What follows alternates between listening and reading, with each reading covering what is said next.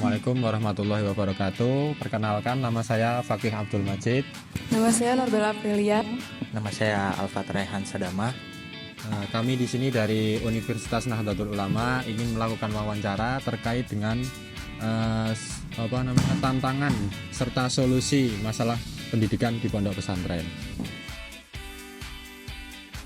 Oke, pada kali ini kita sudah bersama narasumber kita yang dari pondok pesantren Al-Miftah.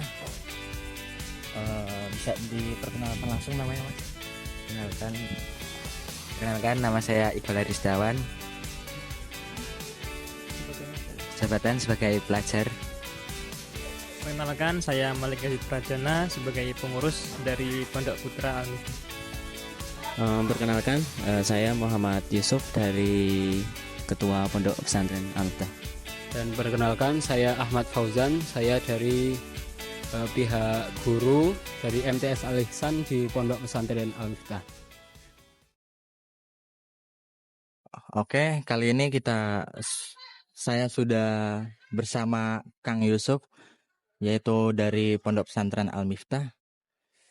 Langsung saja pada pertanyaan pertama, yaitu untuk mengatasi keterbatasan fasilitas pondok pesantren, langkah apa yang bisa diambil dari pondok pesantren untuk mengatasi masalah tersebut?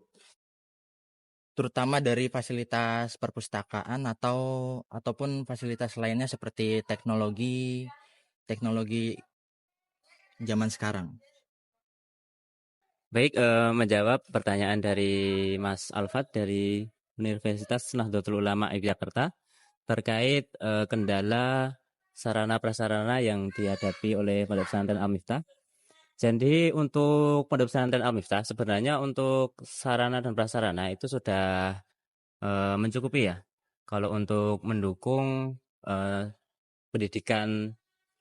kurikulum pendidikan yang formal, pendidikan pondok pesantren juga yang sifatnya bagus sebenarnya sudah mencukupi. Tapi kalau untuk pengembangan mungkin memang kita belum mampu untuk mengadakan. Nah, menghadapi hal tersebut, kami pondok pesantren biasanya akan berkolaborasi dengan lembaga-lembaga pemerintah ataupun lembaga-lembaga swasta yang ada di sekitar pondok pesantren seperti lembaga pelatihan kerja ataupun yang lainnya, sehingga dengan kolaborasi tersebut anak-anak santri di pondok pesantren Al-Miftah tetap mampu berekspor lebih jauh terkait pendidikan-pendidikan yang ada di pondok pesantren Al-Miftah. Mungkin itu dari kami.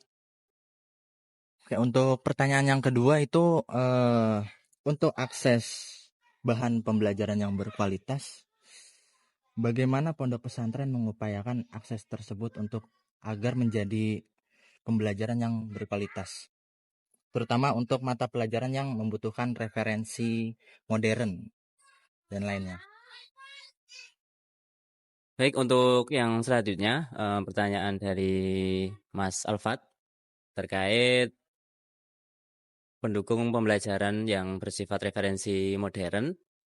Sebenarnya Pondok Pesantren Al-Miftah pada sekitar 2 tahun yang lalu sudah berusaha menerapkan digitalisasi pesantren, yang mana di dalamnya kita menerapkan teknologi digital dalam segala aspek kehidupan di pesantren seperti administrasi pondok pesantren, administrasi keuangan, termasuk juga dalam sistem pendidikan dan juga media pembelajaran. Di samping itu, kami juga menyediakan perpustakaan dan juga maktabah di pondok pesantren yang mana di dalamnya terdapat banyak sekali kitab-kitab salaf dan juga kitab-kitab kontemporer yang mana tersebut dapat digunakan untuk referensi anak-anak santri dalam belajar dalam seharinya. Nah, mengingat tingginya biaya pendidikan di zaman sekarang, yaitu di beberapa tempat atau di beberapa sekolah atau di kalangan pondok pesantren, bagaimana pondok pesantren itu menjaga atau mengatur keseimbangan antara kualitas pendidikan dan kemampuan finansial santri? Bagaimana, Mas? Di pondok pesantren Al-Miftah, kami berusaha menjaga keseimbangan antara kualitas pendidikan dengan kemampuan finansial santri, yang mana bisa dikatakan santri di sini mayoritas itu kelas ekonomi menengah ke bawah. Jadi salah satu upaya dari kami adalah yang pertama, kami berusaha membentuk kemandirian ekonomi pesantren. Nah, dalam hal itu kami membuat sebuah lembaga yang bernama Badan Usaha Milik Pesantren, yang di dalamnya menaungi beberapa usaha seperti kalau dalam retail itu ada minimarket dan kantin santri, atau di bidang jasa ada seperti catering, laundry, dan masih banyak lagi. Nah, dari hal itu, dengan terwujudnya kemandirian ekonomi pesantren, kami berharap tingginya biaya pendidikan itu bertumpu pada kekuatan ekonomi pesantren, sehingga anak-anak santri, terutama untuk yang secara ekonomi itu kurang, itu tetap bisa mengikuti pembelajaran dengan baik, dengan lancar, tanpa harus memikirkan terkait keuangan tersebut. Nah, selain itu, kami juga berusaha menyalurkan program-program beasiswa dari pemerintahan untuk beberapa santri yang secara ekonomi bisa dikatakan kurang mampu. Dengan begitu, semua santri baik dari yang kalangan atas sampai yang kalangan bawah tetap dapat mengikuti pembelajaran baik di pondok pesantren maupun di sekolah formal dengan baik, begitu. Saya akan melanjutkan pertanyaan terkait tentang permasalahan pendidikan di Pondok Pesantren Al-Miftah. Pertanyaan pertama saya yaitu, tantangan apa yang membuat keterbatasan jumlah guru yang terampil di pesantren, dan apakah ada program pendidikan kompetensi guru di sini? Baik, menjawab pertanyaan dari Mbak Bella mengenai keterbatasan jumlah guru yang terampil di pondok pesantren dan bagaimana apakah ada program pengembangan kompetensi guru di pondok pesantren Al-Miftah. Dari pondok pesantren Al-Miftah sendiri itu terdapat dua program pendidikan, yang satu di pesantren, kemudian yang satu di sekolah atau yang formal. Nah, untuk di pesantren sendiri itu sebenarnya sumber dayanya mencukupi. Jadi dari keluarga pesantren itu memiliki keluarga yang cukup banyak, dari keluarga kiai maupun jumlah santri sendiri. Nah, dari keluarga pesantren sendiri, ini dari keluarga kiai itu mempunyai generasi atau putra-putra dari para kiai yang cukup banyak, yang mereka itu mondok di beberapa pondok pesantren terkenal dengan pendidikannya, seperti di pondok pesantren Lirboyo, pondok pesantren As-Salafiyah Melangi, dan lain sebagainya. Kemudian dari mereka itu lahirlah generasi-generasi penerus para kiai untuk menjadi guru di pesantren. Kemudian untuk kader santri sendiri, biasanya santri-santri senior itu juga nanti menghadapi atau juga ikut mengajar santri-santri yang masih junior atau masih baru di sini. Nah, itu sebagai bentuk pendidikan atau pengembangan kompetensi santri untuk mengajar sebagai guru yang terampil di pesantren. Untuk di sekolah atau di lembaga formalnya, kami memiliki lembaga formal namanya MTS dan MA Al-Ihsan. Itu kami dari lulusan MTS atau MA Al-Ihsan itu, ya terutama MA Al-Ihsan, lulusan dari MA Al-Ihsan itu biasanya diagendakan atau memang dikader oleh guru untuk melanjutkan di universitas, dan kalau tidak di Mahat Ali. Mahat Ali itu pendidikan di pesantren yang setara dengan universitas. Jadi di sana mereka kemudian kuliah, banyak yang mengambil jurusan pendidikan. Nah, di sini kami sumber daya untuk pengembangan kader guru yang terampil itu sudah cukup memadai. Begitu jawaban dari saya untuk pertanyaan ini. Oke, jadi pertanyaan selanjutnya yaitu, bagaimana pesantren menjangkau santri dari berbagai latar belakang sosial, ekonomi, dan geografis untuk memberikan kesempatan pendidikan yang setara? Kemudian jawaban untuk pertanyaan selanjutnya mengenai bagaimana pondok pesantren Al-Miftah ini menjangkau pendidikan secara merata daripada geografis, dari ekonomi dan lain sebagainya. Sebenarnya Pondok Pesantren Al-Miftah ini memang basicnya itu dari kebanyakan santrinya dari keluarga menengah ke bawah. Jadi untuk dari segi ekonomi itu memang sudah merata. Kemudian Pondok Pesantren Al-Miftah ini juga pondok pesantren yang sudah cukup tua, Mbak.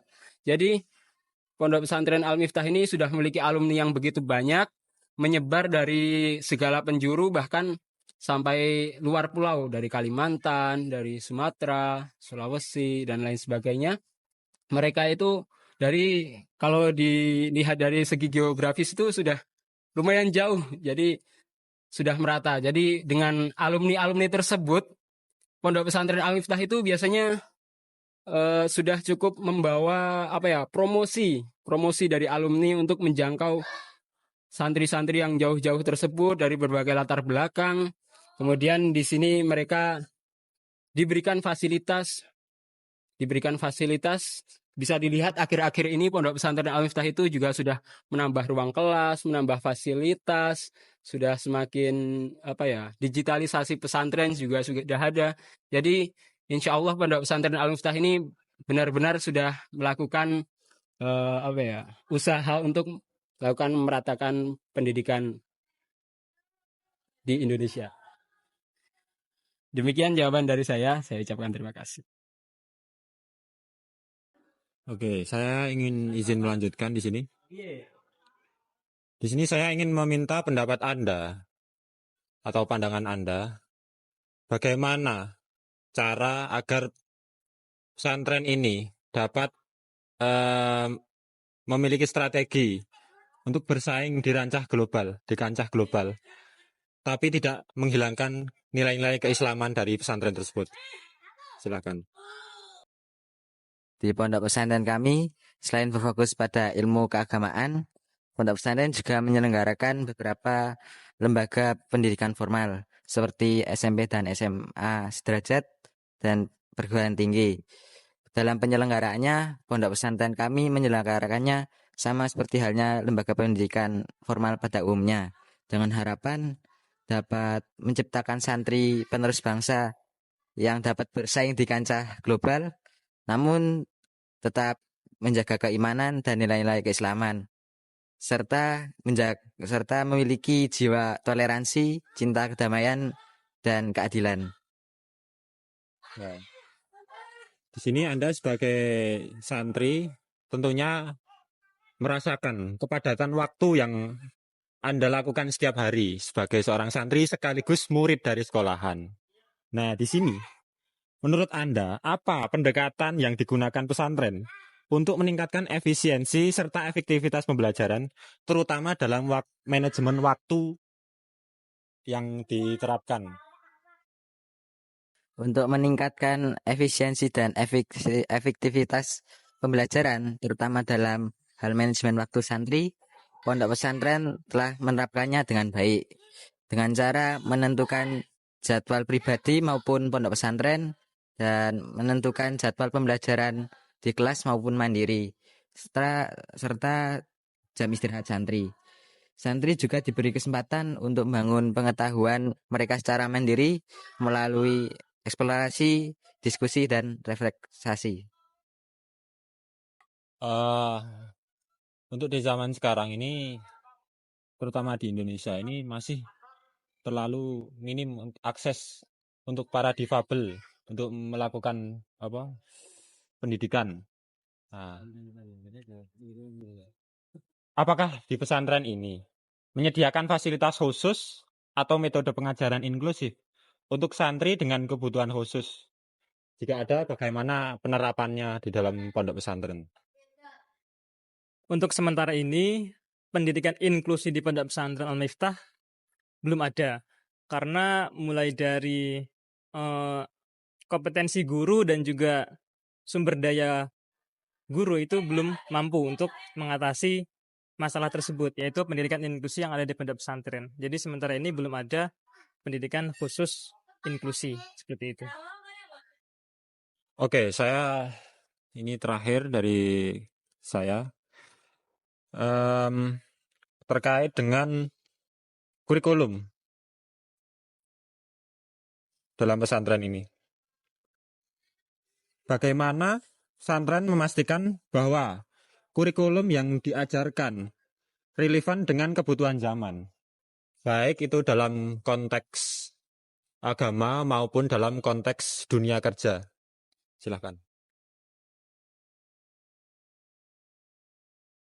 Oke, kalau untuk relevansi kurikulum pendidikan dengan kesesuaian atau kebutuhan zaman,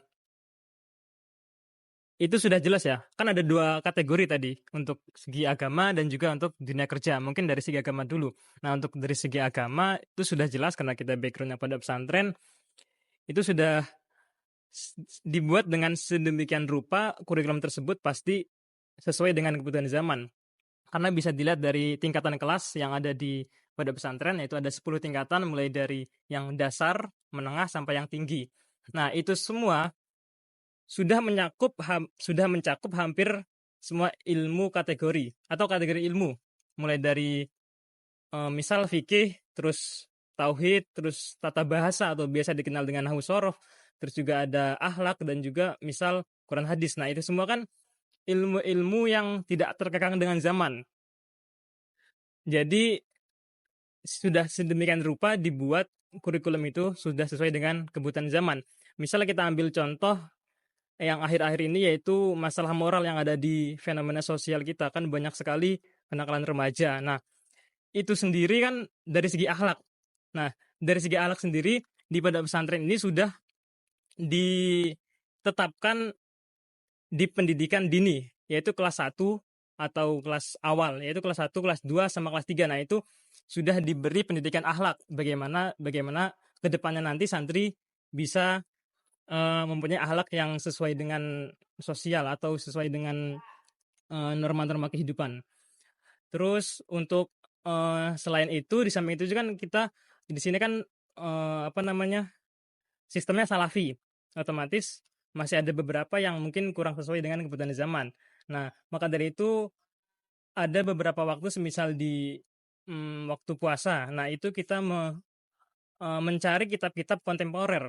Jadi kita kan sudah mempunyai dasar yang ada di kurikulum yang 10 tingkatan kelas itu. Nah, ditambah mengaji di waktu Ramadan. Nah, itu kitabnya berbeda dari kurikulum sebelumnya, yaitu biasanya diambil dari kitab-kitab yang kontemporer, yang terbarukan seperti itu. Misal kayak Hujah Ahlus Sunnah wal Jamaah, juga ada Buta Alim wal Muta'alim. Itu kan semua kitab-kitab yang terbarukan, bukan dari penerbit atau ulama-ulama yang dahulu. Nah, itu salah satunya untuk menyesuaikan kebutuhan zaman.